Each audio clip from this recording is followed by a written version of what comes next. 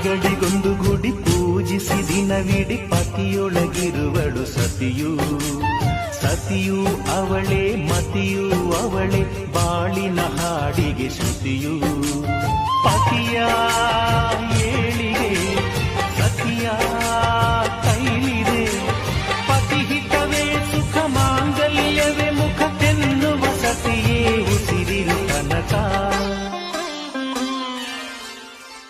ಸುಮತಿ ಸುಮತಿ ಶ್ರೀಮತಿ ಆರು ಗುಣಗಳೇ ನಿನಗಾರತಿ. ಮನಕ್ಕೆ ಕೊಡತಿ ಮನೆಗೆ ಗರತಿ.